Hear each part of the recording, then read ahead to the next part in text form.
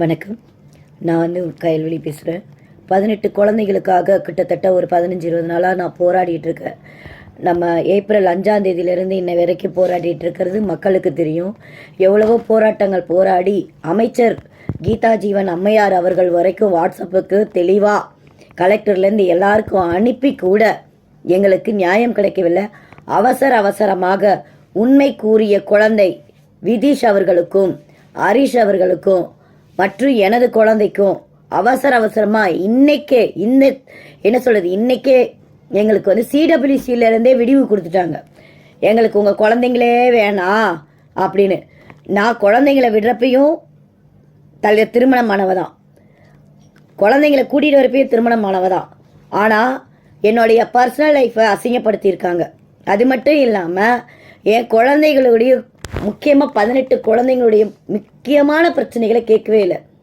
காய்கறி வெட்டுற பிரச்சனையை கேட்கல, ஹாஸ்டலில் அடிக்கிறத கேட்கல, குழந்தைகளுக்கு தவறான சூழ்களை சொல்லி கொடுத்ததை கேட்கல, முக்கியமாக செக்ஸுவல் ரிலேஷன்ஷிப்பு கூடிய விஷயங்களை குழந்தைகள் பார்வையால் பார்த்து அதை புகார் கொடுத்து அந்த புகாரின் அடிப்படையில் உண்மைகள் தெரிஞ்சும் சொசைட்டியை காப்பாற்றுறதுக்காக மிகப்பெரிய அளவில் நடந்துக்கிட்ட சிடபிள்யூசியிலேருந்து குழந்தைகள் நல தலைவர்கள் வரைக்கும் பண்ணியிருக்காங்க. இதில் வந்து ஜாயின்ட் டைரக்டர்கிட்ட ஏற்கனவே நாங்கள் தகவலை கொடுத்துட்டோம். இப்போ பேசின ஆடியோவும் நாங்கள் உங்களுக்கு கொடுக்குறோம். தயவு செஞ்சு இந்த 18 குழந்தைங்களுடைய வாழ்க்கையில் பயங்கரமாக விளையாடிட்டாங்க. என்னோட ஒரே கேள்வி என்னென்னா, குழந்தைங்களுக்கு தப்பு பண்ண பாதுகாவலரை தூக்கி வெளியில் போட்டுட்டு அந்த 18 குழந்தைங்களையும் படிக்க வைக்கிறது சொல்ல வேண்டியது சிடபிள்யூசியுடைய வேலை. ஆனால் அந்த வேலையை சிடபிள்யூசி செய்யவே இல்லை.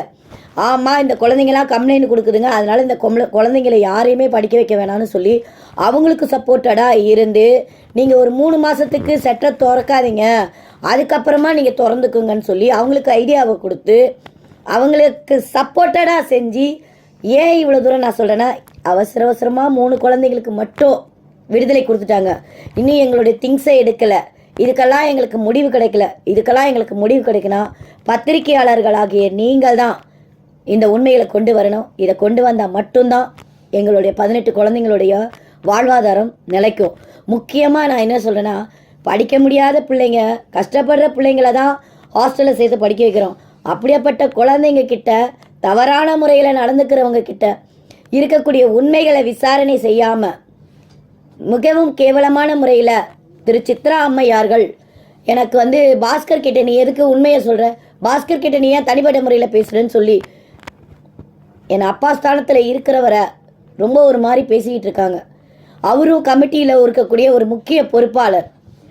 அவரை வந்து ஏன் இந்த அளவுக்கு அவங்க பேசுகிறாங்கன்னு எனக்கு தெரியல. எனக்கு தெரிஞ்சவரையும் அவர் கூடிய விரைவில் வந்து ரிலீவ் ஆக போகிறாரு. ஆனால் ரிலீவ் ஆகிற நாள் வரைக்குமே அவருக்கு இருக்குது.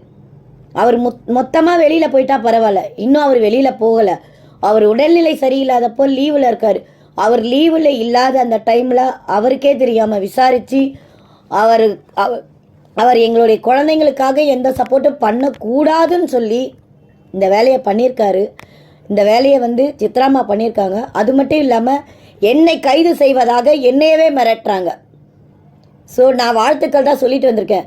ஏன்னா எந்த குழந்தைகளையும் எந்த பேரண்ட்டையும் நான் ரெக்கார்டு எடுக்கிறதோ வீடியோ எடுக்கிறதோ பர்மிஷன் இல்லாமல் செய்யலை.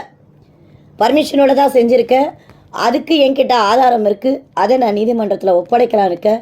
ஆனால் இன்றைக்கி 18 குழந்தைங்களுடைய வாழ்க்கை கேள்விக்குறி. அதற்கு முக்கிய காரணம் சிடபிள்யூசி சித்ரா அம்மையார்.